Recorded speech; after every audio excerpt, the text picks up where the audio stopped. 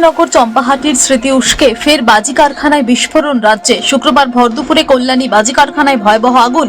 সূত্রের খবর, ঘটনাস্থলে আগুনে পুড়ে মৃত্যু হয়েছে 3 জনের। আশঙ্কাজনক অবস্থায় হাসপাতালে আরো এক। উদ্ধার কাজ চালাচ্ছে পুলিশ এবং দমকল বাহিনী। কারখানার ভেতরে আরো মৃতদেহ আছে কিনা তদন্ত চলছে। জানা যায়, দীর্ঘদিন ধরেই নদিয়ার কল্যাণী থানার অন্তর্গত রত্তরা এলাকায় বাজি কারখানা রয়েছে।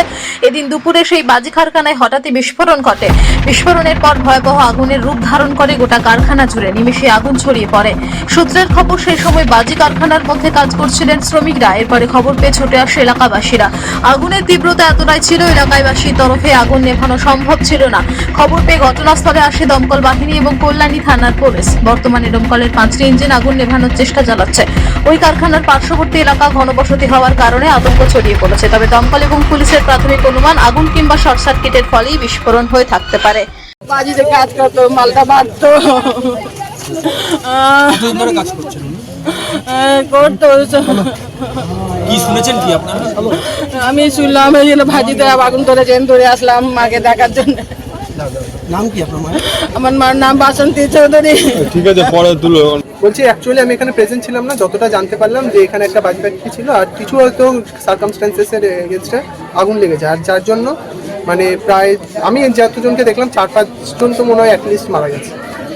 কিভাবে লাগলো আগুনটা? সেটা তো এখনো জানা যায়নি, পুলিশ কাজ করছে দেখা যায়। আপনি কোথায় থাকেন মূলত? আমি এখান থেকে জাস্ট আমার বাড়ি হাঁটতে প্রায় 5 মিনিট।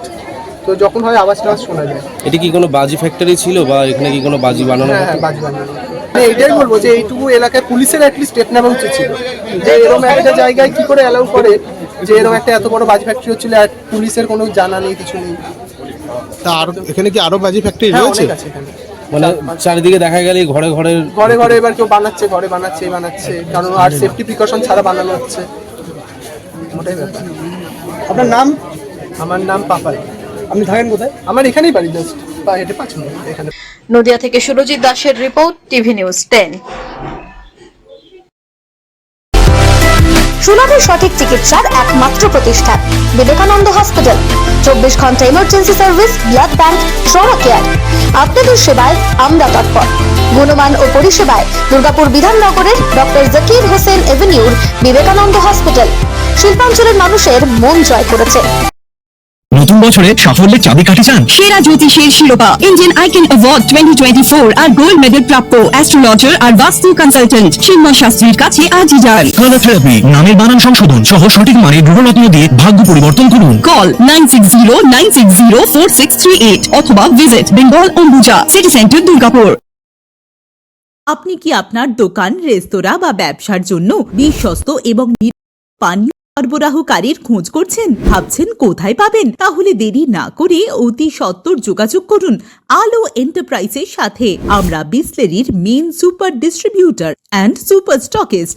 আমাদের এখানে আপনারা পেয়ে যাবেন ভারতের উচ্চ পানীয় সরবরাহকারী বিসলেরির মিনারেল ওয়াটার, সোডা ও সফট ড্রিঙ্কস একদম সুলভ মূল্যে। তাহলে আর সময় নষ্ট না করে মানসম্মত, বিশুদ্ধ এবং নির্ভরযোগ্য পানীয় পেতে চলে আসুন আমাদের ঠিকানায়। ঠিকানা সারদাপল্লী, বেনাচিটি, দুর্গাপুর 713213। বিশদে জানতে কল করুন 9064157482 অথবা 9064457040 এই নম্বরে। ছিমছাম পরিবেশ এবং প্রাইম লোকেশনে মনের মতো সুন্দর হোটেল মানেই হোটেল অ্যাস্টর।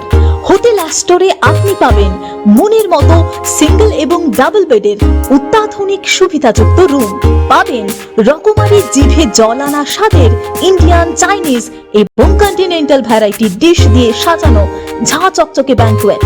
সিটি সেন্টারের ক্ষুদিরাম বসু সরণির মতো অভিজাত এলাকার আপনার মনের মতো রুম পেতে আজই যোগাযোগ করুন hotel Astor, city centre, Durgapur 16। আপনারা দেখছেন টিভি নিউজ 10। আপনারা মানে আমরা।